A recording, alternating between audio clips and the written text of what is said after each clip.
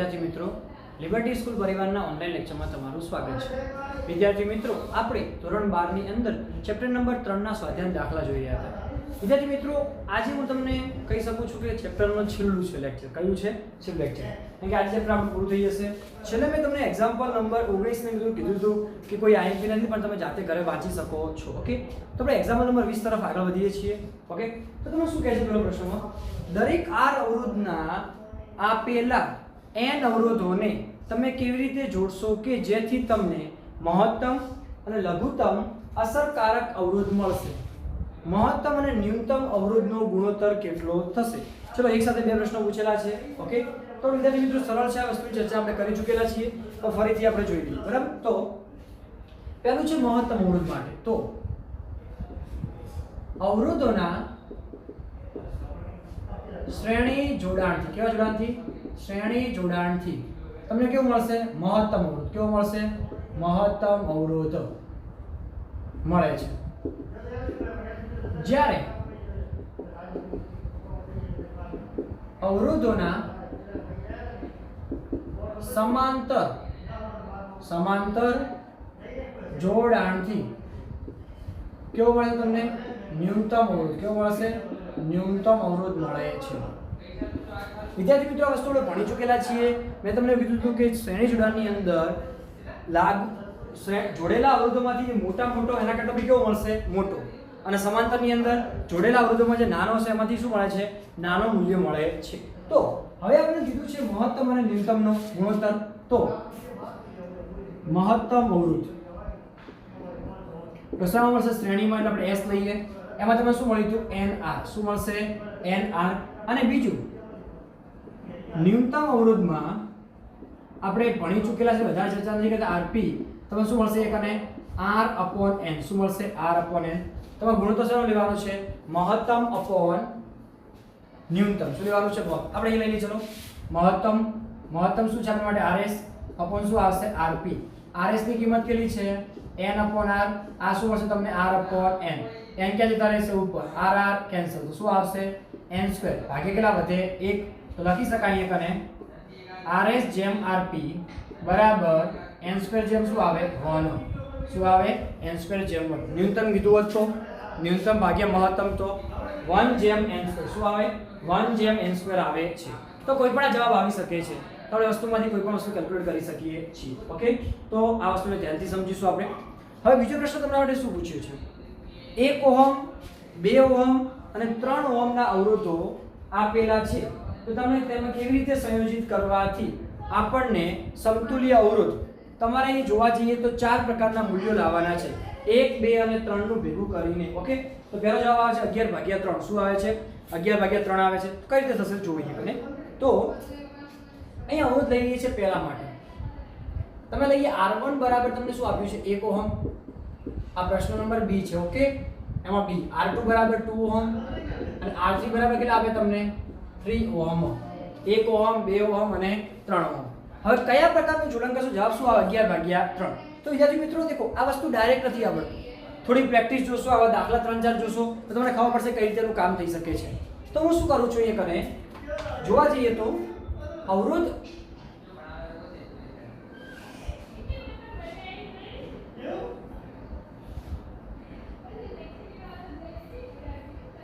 હવે અમે આ એક પ્રકારનું જોડાણ કર્યું।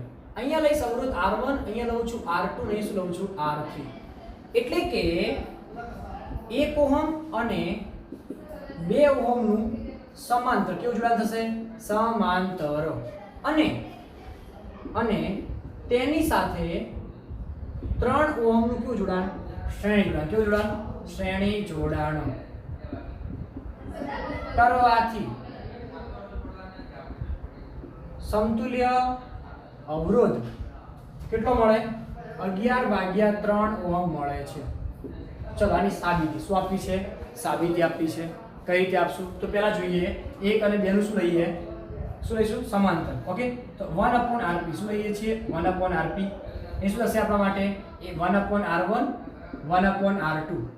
તો 1/1 વત્તા 1/2। હવે શું લસા કેટલો આવશે? 2। તો શું કરવું પડશે? 2 × 2। અહીંયા તો 2 છે એટલે શું આવશે? 1। તો શું આવશે 3/2. ઓકે, તો Rp બરાબર ઉલટાઈ દીધું તો શું આવશે 2/3 ઓહમ. હવે આનું જે Rp નો જે પણ જવાબ આવે એ પેલા સાથે શું છે શ્રેણીમાં છે તો શું આવશે આપણા માટે અહીં કને સમતુલ્ય અવરોધ. શું લઈએ છીએ આપણે સમતુલ્ય અવરોધ. તો R ઇક્વિવેલન્ટ બરાબર Rp પ્લસ એ કેટલો થશે 3. કેટલું થશે આપણા માટે 3 એટલે કે R3. આની કિંમત કેટલી છે આપણા પાસે 2/3. આની કિંમત કેટલી છે આપણી પાસે 3. 3 તરી કેટલા થાય 9. 9 2 11. તો જવાબ શું આવશે આપણો ભાગ્યા 11/3. આવી ગયો જવાબ. શું આવી હશે 3 તરી 9 9 2 11. આ શું છે 2. બરાબર 3 તરી 9 9 2 11. 11 ભાગ્યા શું આવશે 3. ઓકે, તો આપણો જવાબ આવી જાય છે. તો આ રીતે તમે કોઈ પણ વસ્તુ શું કરી શકો છો કેલ્ક્યુલેટ. ઓકે, હજુ આપણે એક શોધ્યું છે, બીજા હજુ 3 શોધવાના છે. તો ફટાફટ આટલું લખી દો પછી આપણે આગળ જોઈએ.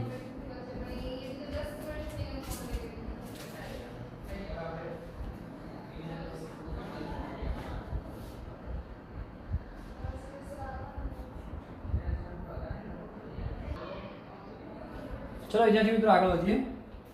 હવે તમને શું કહે છે 1 2 અને 3 નું સંયોજન કરી અને કેટલું લાવવાનું છે 11/5. કેટલું લાવવાનું છે 11/5. હવે એમાં શું કરશું આપણે તો જો 2 ઓહમ બીજો ભાગ આનો 2 ઓહમ અને 3 ઓહમ નું સમાંતર અને તેની સાથે 1 ઓહમ નું શ્રેણી કેવું કરશો શ્રેણી જોડાણ. હવે જ્યારે થોડું ભેગું કરશું આપણે R ઇક્વિવેલન્ટ લઉં છું ડાયરેક્ટલી. કોનું કરવાનું છે આનું સમાંતર તો શું લખશું એક અને 1/R2 upon 1/R3 plus R1 ભેગું.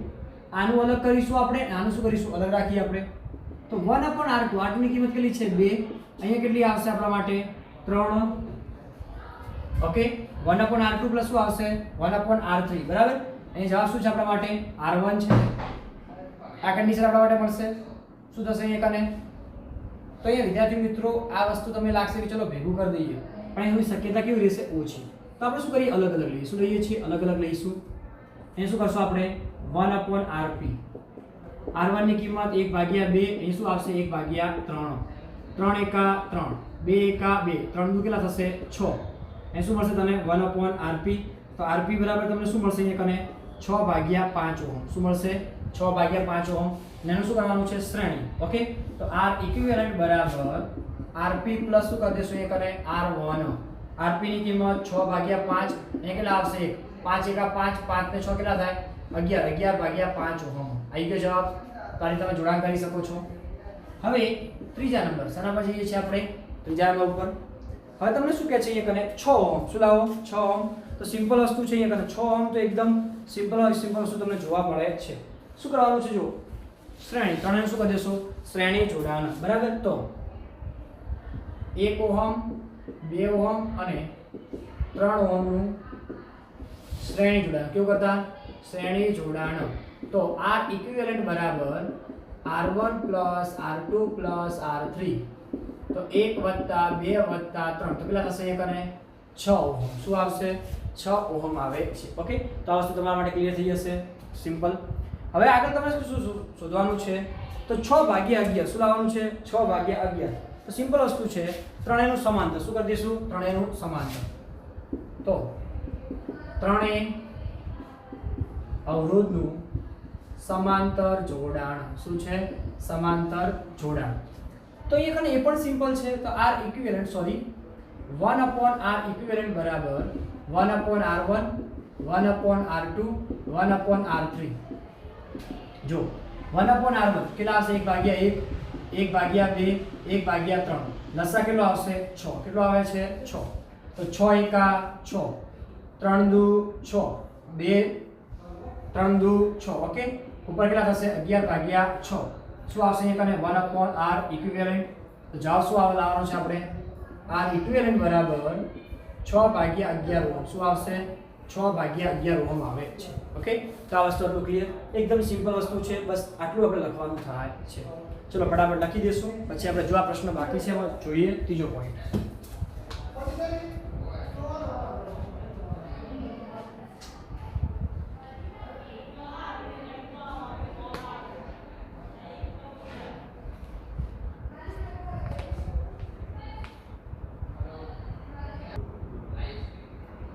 ચલો વિદ્યાર્થી મિત્રો આગળ વધીએ છીએ. તમને આકૃતિની અંદર તમે જોઈ શકો છો આ પ્રકારનું એક જોડાણ આપ્યું છે. તમે ઘરે જોઈ શકશો. અહીં જોઈ શકશો કે આ ટાઈપનું 4 છે 1 2 3 અને 4. આની અંદર 1 ઓહમ 1 ઓહમ. આ એક અહીંયા પણ એક અહીંયા એક અહીંયા એક અહીંયા એક અહીંયા એક અને અહીંયા એક. એ રીતે અહીંયા 2 2 2 2 2 આપેલા છે. તો હવે શું કરી શકાય? તો વિદ્યાર્થી મિત્રો સિમ્પલ છે. દેખો એક આકૃતિ બનાવું છું. આપણે 3 ભાગને ભૂલી ખાલી એક ભાગ લઈએ. તો એક ભાગમાં શું બનશે અહીંયા કને?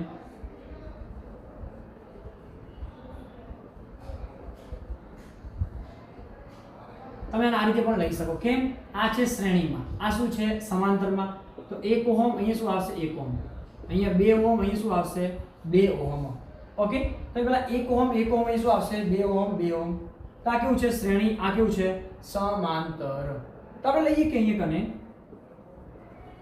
આપેલા એક ભાગનું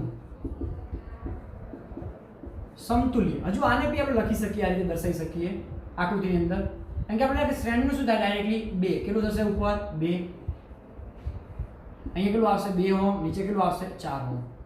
તો આપેલ એક ભાગનું સમતુલ્ય અવરોધ શું લઈએ છીએ સમતુલ્ય અવરોધ. આપેલ એક ભાગનો સમતુલ્ય અવરોધ તો ડાયરેક્ટ લઈએ 1/r ઇક્વિવેલન્ટ ડેશ. શું લઈએ છીએ ડેશ, r ડેશ ઇક્વિવેલન્ટ લઈએ છીએ. તો શું થશે 1/2, 1 શું લઈશું આપણે ડાયરેક્ટલી 4. ડાયરેક્ટ ગણવાનું છે, બીજું કંઈ કરવાનું નથી. અહીંયા 4 ને ક્યાં લઈ જઈશું ઉપર, 2 ને ઉપર, એ શું આવશે 4 દુ 8. સિમ્પલ કરીશું એ કરે 6/8. તો r ડેશ ઇક્વિવેલન્ટ બરાબર તમને શું મળશે 8/6. 8/6 એટલે કેટલા થશે વિદ્યાર્થી મિત્રો? સિમ્પલી જુઓ તો 4/3 ઓહમ. શું મળશે 4/3 ઓહમ. હવે એવા કેટલા ભાગ છે અહીંયા કને 1 2 3 અને 4. કેટલા ભાગ છે 4 ભાગ. તો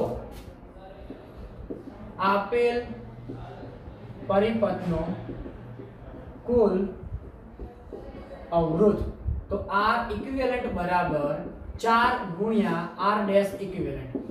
4 ગુણ્યા શું થશે અહીંયા કને 4/3 ચોકું ચોકું 16, 16/3 તો 5.33 ઓહમ. શું જવાબ આવશે 5.33 ઓહમ જવાબ આવે છે. ઓકે, તો એકદમ સિમ્પલમાં સિમ્પલ પ્રશ્ન હતો, તો તમે ગણી શકો છો.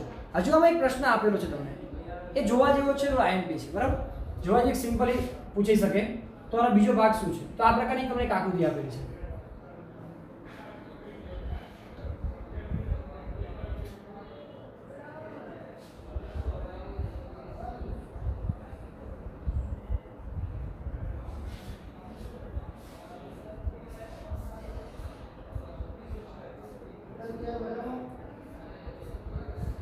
ઓકે, આ પ્રકારની આકૃતિ આપી છે. અવરોધ r r r r અને r. તો આનો સમતુલ્ય અવરોધ શું કરવાનો છે સમતુલ્ય અવરોધ. તો સમતુલ્ય અવરોધ તો r ઇક્વિવેલન્ટ બરાબર શું થશે? તો વિદ્યાર્થી મિત્રો તમે આને ખાલી લાઈન ખેંચી લો બરાબર. આડું છે શું કર્યું સીધું કરી દો તો આ કેવું છે શ્રેણી. કેમ? અહીં જુઓ પ્રવાહ અહીંયાથી પસાર થશે. પ્રવાહ માટે એક જ માર્ગ કેવો છે? એક જ માર્ગ છે. પ્રવાહનો કોઈ બીજો માર્ગ મળતો નથી. અહીં ક્યાં જોડાણ છે ખરી આની સાથે? ના. અહીંયા કેવું છે ખાલી છે. તો કેવું બનશે શ્રેણી જોડાણ. તો શું અહીંયા આવશે r વત્તા r વત્તા r વત્તા r વત્તા r. તો જવાબ કેટલો આવશે 5r. શું આવશે 5r. પ્રશ્ન શું થઈ જાય પૂરો. શું થઈ જશે પૂરો. એકદમ સિમ્પલમાં સિમ્પલ. હા, આમાં થોડું ધ્યાન રાખવું પડે કે આ બંને કેવા છે શ્રેણી. આ પણ કેવા છે શ્રેણી. તો પહેલી આકૃતિ જોઈ પછી આકૃતિ પછી ડાયરેક્ટ શું લીધું આપણે સમતુલ્ય. આ કેટલા ભાગનું છે? એક ભાગનું. એવા કેટલા ભાગ હતા 4. તો એ પ્રશ્ન શું થઈ તમારો કમ્પ્લીટલી પૂરો. ઓકે, ચલો ફટાફટ લખી દો. બીજો પ્રશ્ન જે આવે છે બહુ જ ભયંકર પ્રશ્ન છે પણ ઈઝી છે.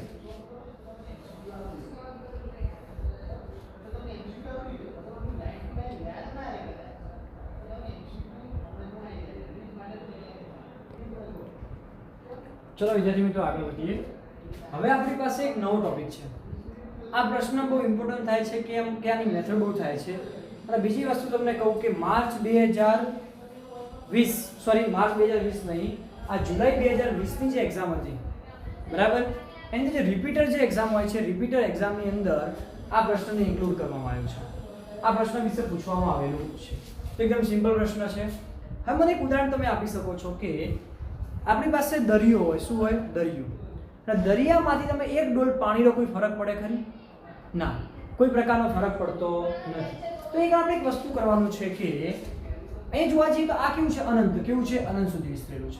એટલા માટે હું આટલા ભાગને સમજો વિદ્યાર્થી મિત્રો, આટલો ભાગ જે છે તે ડોટ લાઈન કરું છું. આટલા ભાગને હું x તરીકે શું લઈ લઉં છું, આખે આખું x તરીકે દર્શાવી દઉં છું. આખે આખો ભાગને શું લઈશું આપણે x, એટલે કે જે નવી આકૃતિ આ પ્રમાણે બનશે તમારા માટે કે ધારો કે અનંત ભાગના અવરોધને x તરીકે લેતા, કયા તરીકે લેતા, x તરીકે લેતા, તો તમારે અહીંયા બનશે આ રીતે. જો હવે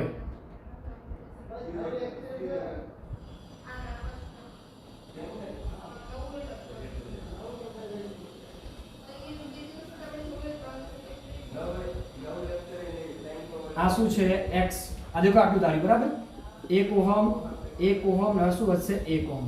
અહીંયા શું લઈએ છીએ આપણે p, અહીંયા શું લઈએ છીએ આપણે q બરાબર. તો આટલો ભાગ તમને મળે છે. હવે કેટલું થયું, આ આખે આખું હતું, કેવું હતું આખે આખું, આ આટલો ભાગ ખાલી બસ આટલો જ ભાગ આપણે વધાર્યો છે. હવે જો આ બંનેનું કેવું જોડાણ છે, સમાંતર. કેવું છે, સમાંતર છે. તો પહેલું એક કામ કરી દઈએ આપણે,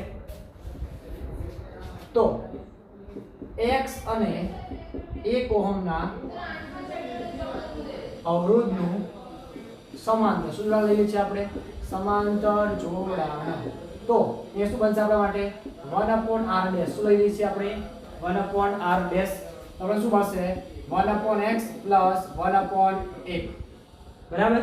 અહીંયા આપણા માટે શું થશે, x ને ઉપર લઈ જાઓ, અહીંયા 1 ને ઉપર લઈ જાઓ, તો 1 પ્લસ x ભાગ્યા શું આવશે, x ગુણ્યા એટલે x, તો 1/r ડેશ. r ડેશ બરાબર તમને શું મળશે, x ભાગ્યા x પ્લસ 1. શું બનશે, x ભાગ્યા x પ્લસ 1 તમારી પાસે જવાબ આવે છે. હવે આ તમને મળ્યું આટલા ભાગનું, તો વધ્યો કયો, આ અને બે કેવું છે શ્રેણીમાં.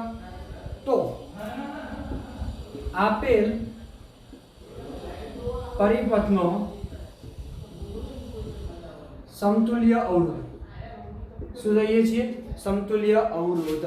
હવે સમજો જ્યારે તો બહુ વસ્તુ જોવા જેવું છે. R ઇક્વિવેલન્ટ બરાબર શું લઉં છું, એ કને x અપોન અહીંયા કને r dash plus 1 plus 1, r dash plus 1 plus 1. તો r ડેશ ની કિંમત શું છે, x upon x plus 1 plus 1 plus શું હશે 2. આને ક્યાં લઈ જઈએ આપણે ઉપર, તો x અહીંયા કેટલા થશે, કને 2 ગુણ્યા x પ્લસ 1. અહીં x નું x અંદર શું જવાબ આવશે આપણા માટે, કેટલા થશે, કને x વત્તા 2x પ્લસ 2, તો કેટલા થશે, કને 3x પ્લસ કેટલા આવશે 2. હજુ સમજો કે મિત્રો ભાગ્ય તો કેટલા છે, x પ્લસ 1 તો બેઠા જ છે. અહીંયા પણ કેટલા છે ભાગ્ય, સોરી x પ્લસ 1 ને એ કેટલા આવશે આપણા માટે 3x પ્લસ 2 ભાગ્ય કેટલા આવશે x પ્લસ 1. હવે મેં વિદ્યાર્થી મિત્રો મને એક વસ્તુ બોલ્યો હતો કે સમુદ્રમાંથી એક ડોલ પાણી લો કોઈ ફરક પડે ખરી, તો ફરક પડી શકે નહીં. તો આપણે વસ્તુને જોવાનું છે, પહેલા બે ડ્રોઈંગ કરી લો, થોડું આટલું લખી દો, પછી એને આપણે સાબિતી ઉપર જઈએ.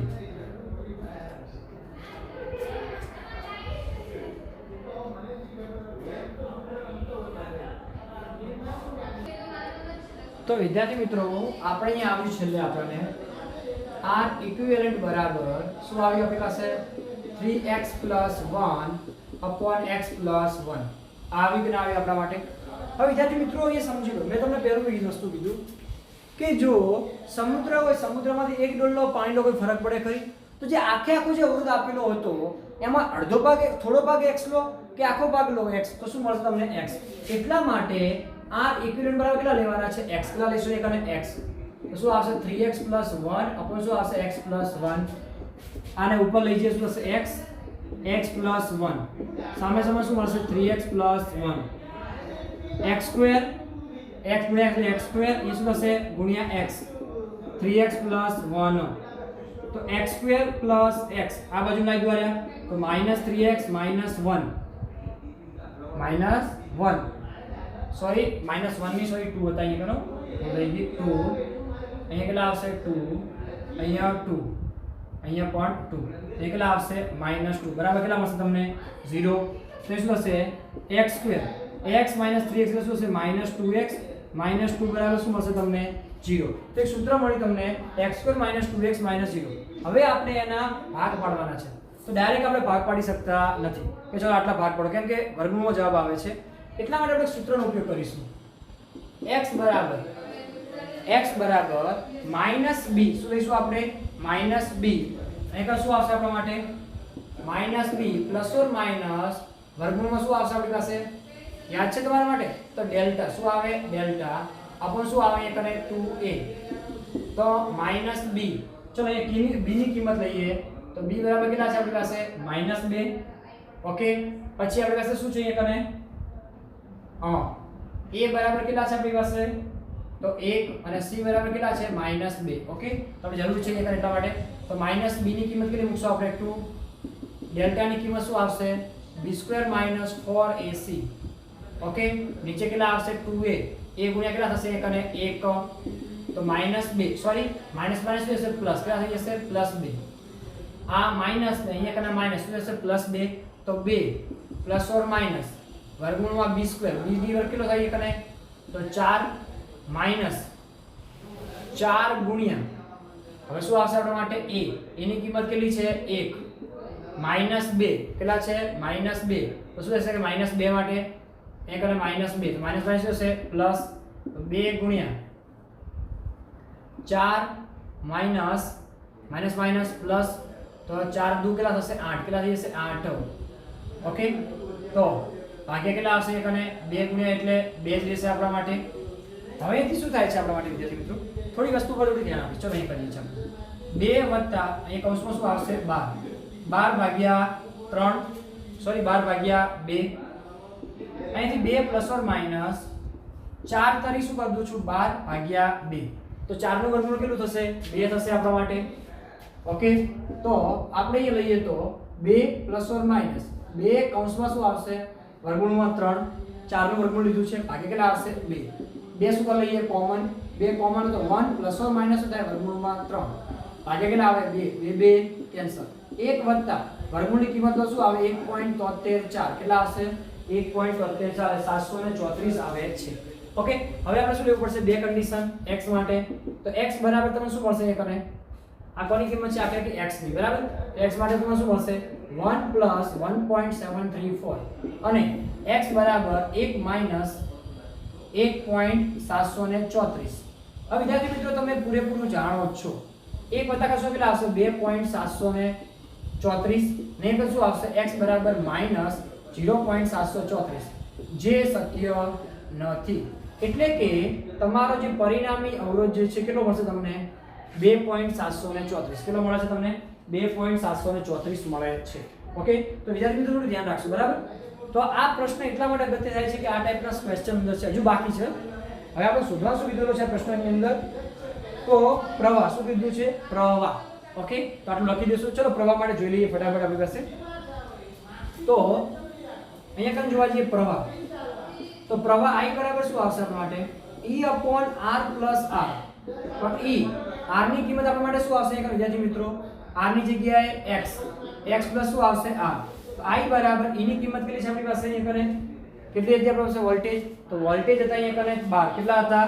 12. ઓકે, 12 ભાગ્યા 2.734 ઓહમ છે 0.5. ઓકે, તો કેટલા આવશે? એક અને 12 ભાગ્યા શું થશે વિદ્યાર્થી મિત્રો? એક અને 12 ભાગ્યા તો આપણા માટે જવાબ શું આવશે? એક અને 12 ભાગ્યા તો 12 ભાગ્યા 3.232 કેટલા આવશે? તો 12 ભાગ્યા 3.32 તો કેટલો આવશે જવાબ? 3.73 એમ્પિયર. શું આવશે? 3.73 એમ્પિયર. તમને શું મળી જશે? પ્રવાહ. શું મળી જશે? પ્રવાહ મળી જાય છે. ઓકે વિદ્યાર્થી મિત્રો, તો કમ્પ્લીટલી જવાબ આવી જાય છે આપણી પાસે 3.73. ચલો ફટાફટ લખી દઈશું.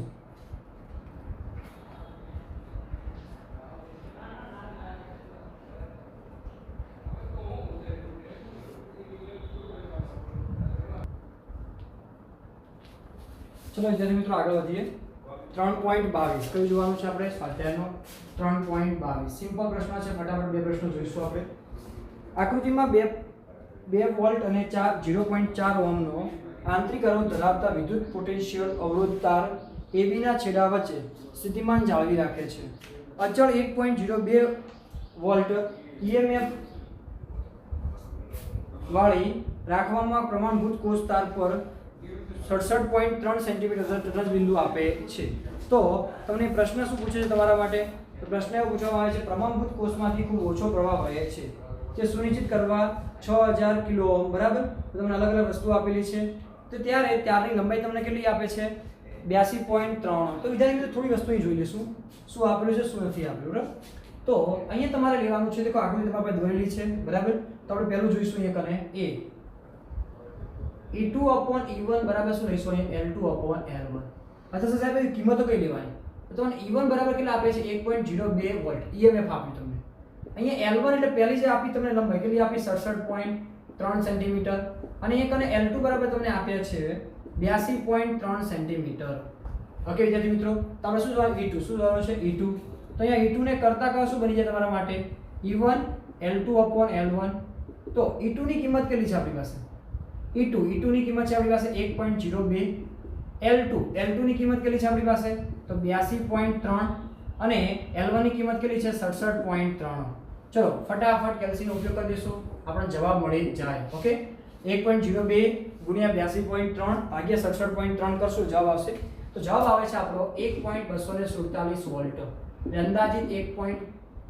કેટલો લઈ શકાય? 1.25 વોલ્ટ. કેટલો લઈ શકાય? 1.25 વોલ્ટ મળે છે.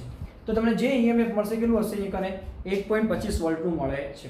બાકીના જે પ્રશ્નો જે છે B C D E F એ કઈ ખાસ કામના છે નહીં, બરાબર. જસ્ટ તમે જવાબ જોઈ શકશો, બરાબર. તો એ તમારા હોમવર્કમાં આપું છું તમને, તો એ તમારે કરવાનું છે. ઓકે, હવે આપણે જોઈશું 3.23. શું જોઈશું આપણે? સ્વાધ્યાયનો 3.23. ઓકે, આકૃતિમાં 1.5 વોલ્ટના કોષનો આંતરિક અવરોધ શોધવા માટે વપરાયેલ 2 વોલ્ટનો પોટેન્શિયોમીટર દર્શાવે છે. ખુલ્લા પરિપથની સ્થિતિમાં કોષ માટે તટસ્થ બિંદુ કેટલું આપે તમને? એકને 76.3 સેન્ટીમીટર આગળ. જ્યારે કોષના બાહ્ય પરિપથનો અવરોધ કેટલો આપે તમને? 9.5 ઓહ્મનો છે. તો ત્યારે સમતોલન બિંદુ તટસ્થ બિંદુ ખસીને પોટેન્શિયોમીટર તાર નીકળું થઈ જાય છે 64.8 ઓહ્મ જેટલું થાય છે. સોરી, લંબાઈ જેટલું મળે છે. તો આંતરિક અવરોધ શોધો. તો તમને એ શું આપ્યું છે? પહેલું તો L1 76.3 સેન્ટીમીટર. પછી તમને L2 આપ્યું છે, કેટલું આપ્યું તમને? એકને 64.8 સેન્ટીમીટર. પછી તમને R બરાબર આપ્યું છે બાહ્ય અવરોધ 9.5 ઓહ્મ. તો તમારે શું જોવાનું? આંતરિક અવરોધ. તો આપણે એક સૂત્ર મળ્યું હતું, પોટેન્શિયોમીટર મીટરનો આંતરિક અવરોધ. શું સૂત્ર હતું આપણી પાસે? તો યાદ કરો, R/R બરાબર L1/L2 માઈનસ શું આવ્યું હતું? 1 આવ્યું હતું. તો આપણે R ને કરતા કરો તો R બરાબર L1/L2 માઈનસ 1. આ L2 ક્યાં લઈ જાઓ? ઉપર. તો L1 માઈનસ L2 ઉપર શું આવશે? L2. ઓકે, તો આપણે કિંમત મૂકીએ. દેખો, R ની કિંમત 9.5, L1 ની કિંમત કેટલી થશે? એકને 76.3 ઓછા 64.8 ભાગે કેટલા કરશો? એકને 64.8. ચલો ફટાફટ બાદબાકી કરો, 9.5 વડે ગુણો અને જવાબ લાવો. તો જવાબ તમને મળશે એકને 1.68 ઓહ્મ. કેટલો મળશે? 1.68 ઓહ્મ મળે છે. ઓકે વિદ્યાર્થી મિત્રો, તો આ શું તમારો આંતરિક અવરોધ. તો સિમ્પલ પ્રશ્ન છે, આવો પરીક્ષામાં પૂછાઈ શકે. ઓકે, તો એક્ઝામ્પલ શું હતો? છેલ્લો. ચલો ફટાફટ બંને લખી દઈશું.